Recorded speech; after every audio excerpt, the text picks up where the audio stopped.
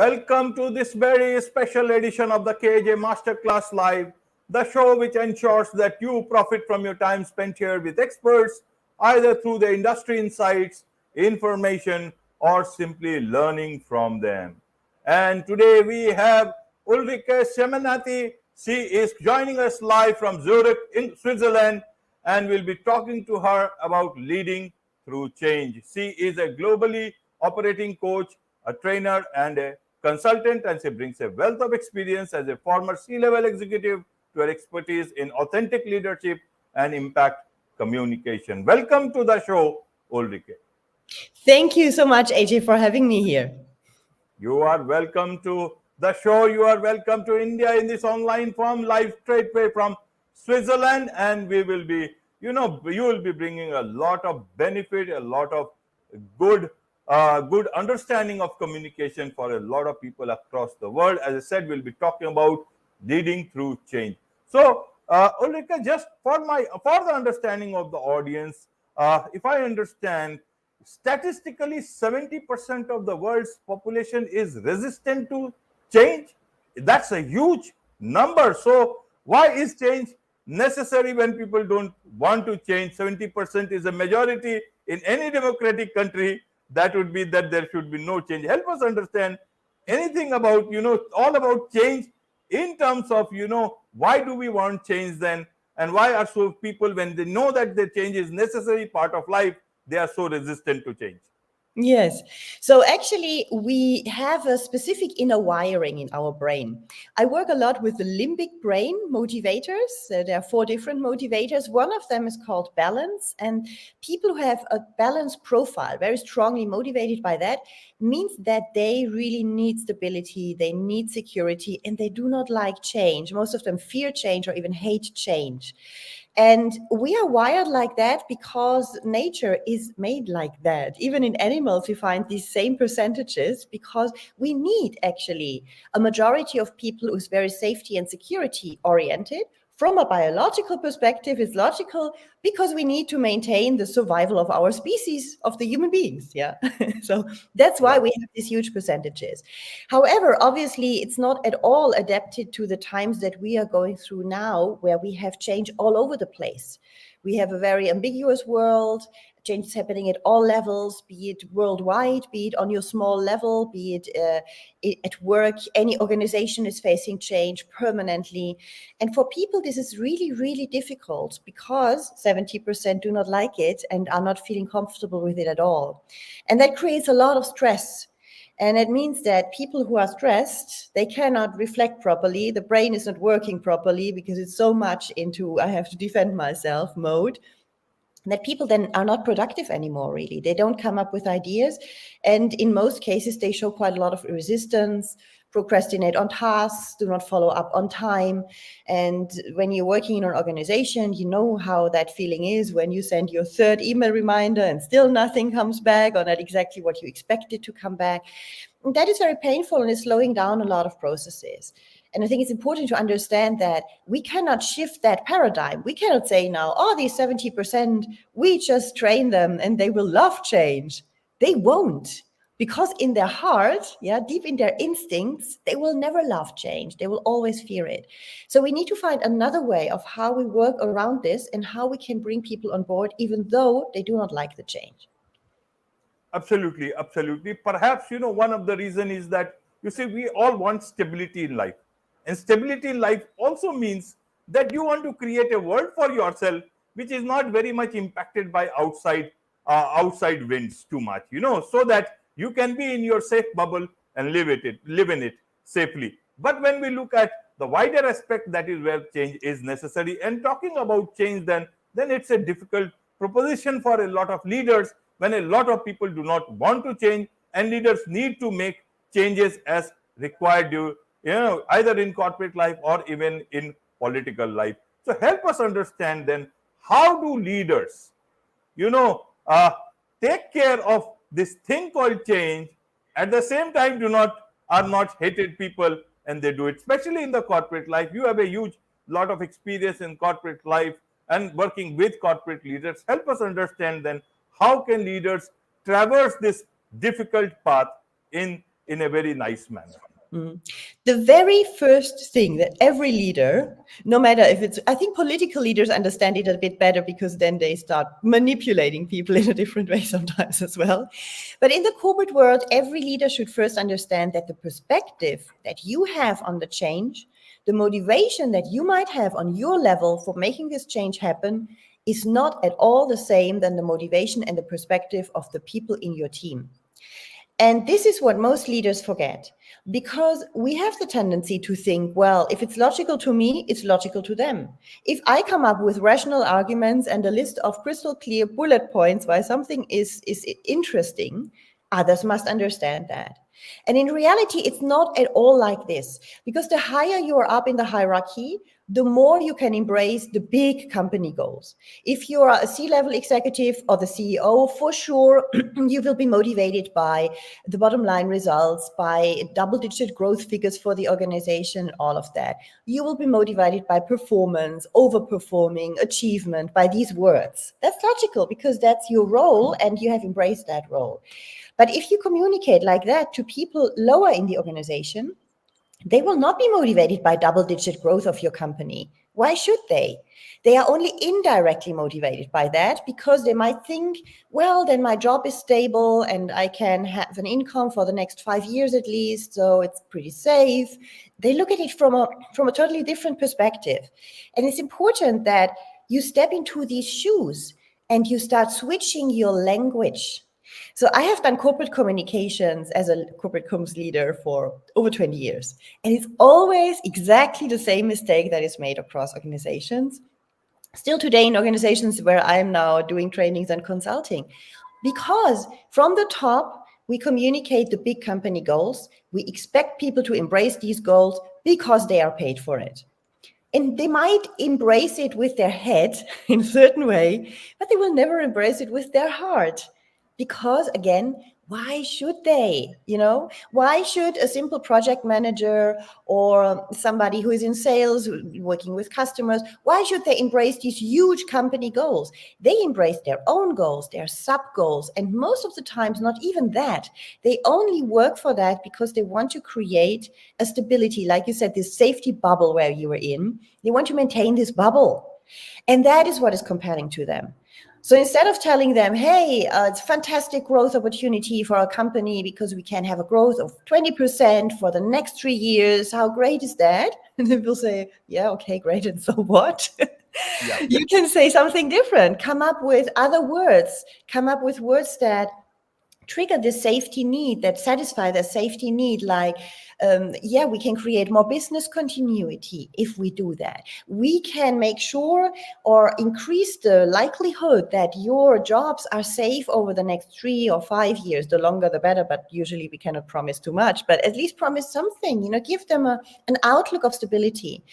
And if you can't, there's still a way of bringing them on board by telling them, hey, guys, you can help us maybe plan this a little bit more in detail. Because most of these people are very detail-oriented, very careful when they work. Plan it out for us. Help us to avoid pitfalls, yeah?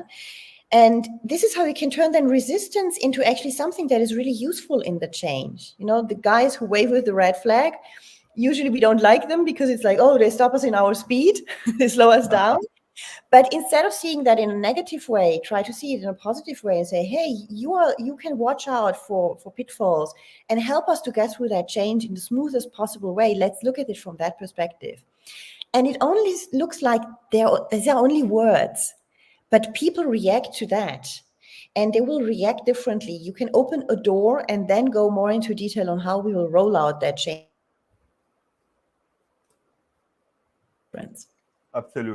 Absolutely. So let us understand it this way. So the difficult message has to be communicated with impact. You talk about, you teach leaders to lead change by communicating with impact. Help us understand, what does this communicating with impact mean? And secondly, you also talk about, you enable leaders to bring change-resistant people on board by harnessing their strengths instead of diminishing their motivation. A lot of people think if you bring people who are not aligned with your thoughts, your ideas, your mission, they will be the biggest roadblocks. Why do you advise them to get into, into the same company, be a part of your team? Help us both the things, leading, communicating with impact, as well as getting change resistant people on board. Yeah, so getting change resistant people on board makes sense because these are the people who will make your change happen at the end. People who do not resist change, who embrace it immediately, who jump on the first thing that is new, and it's lovely. We need these people for innovations, for ideas, and for all of that. They're creative people most oftentimes, but they do not have the discipline to bring things to an end. If you have a change project in an organization, usually this takes 3 months, 6 months, 3 years sometimes. And depending on the project, there's a certain time span where people need to stay on board and diligently do the work step by step every day. And this is exactly the moment where change resistant people suddenly become your biggest asset. Because they are reliable, they are detail oriented, they can make plans, they stick to the plans, they do not overpromise most oftentimes. And this is why bringing them on board and having them in your team is absolutely crucial.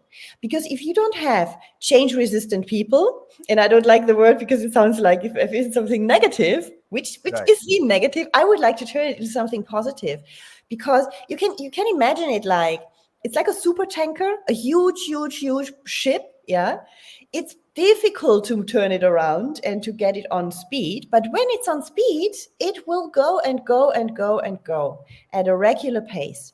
And this is what you need to get this change or this restructuring or transformation, whatever you have in corporate organizations through. So the shift of seeing people who in the beginning resist change, but when you give them enough outlook for certain stability, you get them on board, then they become your biggest asset to make it happen. Because they will just continue to work on it every single day. Whereas others already jump on the next big change project, on the next idea, and will not stick to getting it through to make it really happen. And so this is why that's important. And what I call communicating with impact, it often sounds like, I know that people always think it's like sending a strong message, yeah, and sending it again and making it even stronger. It's exactly the opposite, actually, because if you send a strong message and people shy away from the words that you're using, you are creating even more resistance when you reinforce that message.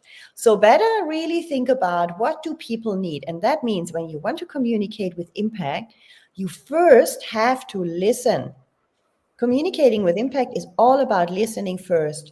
Ask people how they feel about it, what they actually need, what is their motivation actually for doing something. And it's not the obvious motivation. And get into a dialogue, find out what your people need. And then when you have listened, then you can shape your message totally differently. And you will see that what you wanted to say in the beginning, or the email that you wanted to write in the beginning, or however you wanted to position your change, will shift because it's not at all what you think is compelling. There's something else.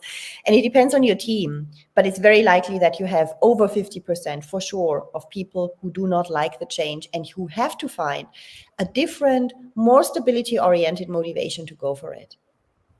Absolutely, absolutely. Ulrike, let me ask you two things here. One is you talked about communicating with impact. So you change your words. You put the words right sort of words that will be more acceptable to people. A lot of times, difficult things are sugar coated in those sweet words, and they want that people that they will digest it, and people do digest it. What is the difference between communicating with change and hypocrisy? Because a lot of times leaderships do are hypocrites when about so many things with great words not written by them. Nowadays you can get chat gpt and others, but they Yeah. also have people around them. There are companies who provide those services. There are people who do those work for them. How should a leader get, how do you caution a leader, or how do you tell a leader that this is the place where hypocrisy starts, and this is the place where communicating with impact stays? Help us understand that. It depends how you as a leader see and feel it. So hypocrisy would be if you just say other words to manipulate people, with this intent in mind that this is how I get them to do something. But at the end, I don't really care what they think or what they feel. Yeah, if you do that, then it's all about satisfying your own interests, and people will not react to that like you think they should, even if you use, let's say, the right words or what you think the right words are. Why? Because you're not even connected to them, to the people, and you do not have their trust, and you're probably most likely not credible, because people realize that when it's wrong, when it's fake.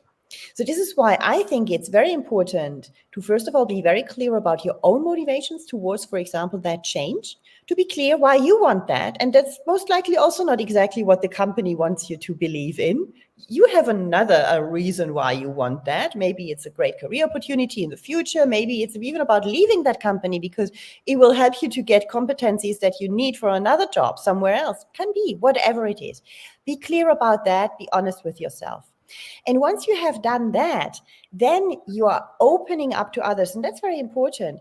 Do it with a true and genuine interest. When you ask people what they need, what they are motivated by, why this change is threatening to them and why this change could be compelling to them, what could be in it for them, be really interested. And then come from that place of being more honest. If you feel that you fake something, it's not good. And it's much less impactful. I can tell you it's much less impactful than being honest. Even if sometimes we think being honest is not exactly the corporate language which is expected, but you will see that as soon as you're honest, you have a connection to people. They start trusting you. When people trust you, they will follow you, even if it's difficult for them. And that is a bold step, which you need to make as a leader. You need to be courageous to be yourself at work and to not just put over a corporate persona and fake the whole thing. But that makes a real difference. And I can just encourage doing that because it makes a huge change. Absolutely, absolutely. One more thing is nowadays, people, because with the great resignation, quiet quitting going on, people have started questioning the type of leadership, people have got in all space of life. But we are talking about corporate here. And people have talked that, some leadership is not good enough. Maybe just having a designation does not make them a leader. So communicating with change, what sort of a leadership is this for? It should be, because a lot of leaders, they only are more worried about the bottom line and what is the bonus they will be getting. A lot of people start working towards, and that is why one of our audience, he has written that, I'll read it for himself, and it is from Plato. That was a different time, that leaders should have no desire. Here several leaders have many desires. How do you calibrate this? This is what the world thinks. Leaders have to have that courage to, leave few things out of the way and, look at the betterment of the for the greater good of the employees. Help us understand in that aspect. Is communicating with impact for every leader? Can they do it? Or is it better that some leaders just leave it the way it is? No, I think everybody can do it, but you really need to be clear what your own motivations are. Typical leader traits, what we still see out there and what we think is a typical leader, is somebody who gives direction, who loves status and power, who has, like your comment said, who has a desire for visibility, a desire for a great career, maybe for more money. They have own desires very often. They have their own agenda, let's say.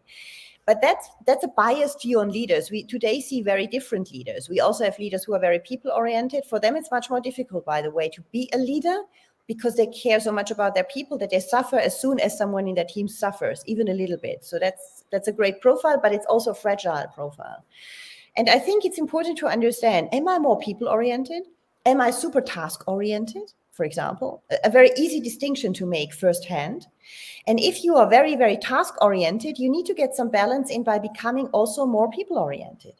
Because it's easy. I'm task-oriented. So for me, it's very easy. Task orientation means you stick to facts, all of that. So that's what many leaders do.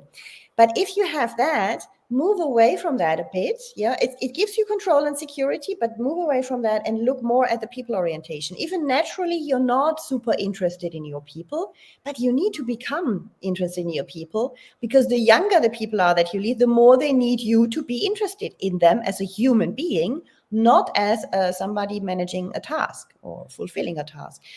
And this is important to understand. If you're very human oriented, well, then maybe become a little bit more analytical, look a little bit more at facts, dive into that to give you something that is a bit more tangible than being people oriented only, because that is very hard, because then you will suffer all the time from all the emotions all around you.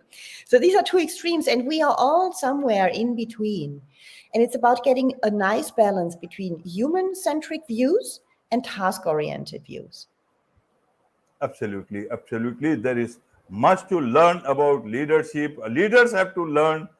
Everyone who wants to be a leader, they have a lot to learn. So there is a lot to learn from you, and that is where they will have to learn, connect with you. You have a podcast that you are launching soon, and so tell us about that podcast, Leading Change Conversations, so that people can learn more from you directly. Yes, exactly. So I decided to start a podcast where I do real-time consulting on a real case scenario. So if you're a leader in an organization and you have to manage a change project, a transformation in your team or in your organization, then it's all about discussing exactly that specific case and finding concrete solutions, how you can bring people on board. So it's not about leading change methods or processes. It's really about the human aspect of change. How can I bring my people on board? What is happening right now? What have I done so far? What can I do differently? And the idea is to come out with some really concrete actions that you can apply as the guest of the podcast, but also all the others who are listening can apply. So it's very, very new. I have not published the episodes yet. I have now discussions with my first guests, and we are starting with it in the next 2 weeks. But then it will be a weekly podcast where we share real case scenarios. Absolutely. And those people who want to, engage with you professionally, you have a great deal of understanding of the communication world. What's the best way for them to connect with you? The easiest probably is to get my name into LinkedIn, like it's written here, my complicated name, into LinkedIn. My name, ulrikeseminati.com, is also my website. So you can find me there. You can book a call for half an hour there, or just get into discussion by sending me a direct message or an email. You can find it all on my website and on LinkedIn. Wonderful. With this, it's a wrap on this very special edition of the KAJ Masterclass Live. Thank you so much indeed for joining us. Thank you for having me, AJ.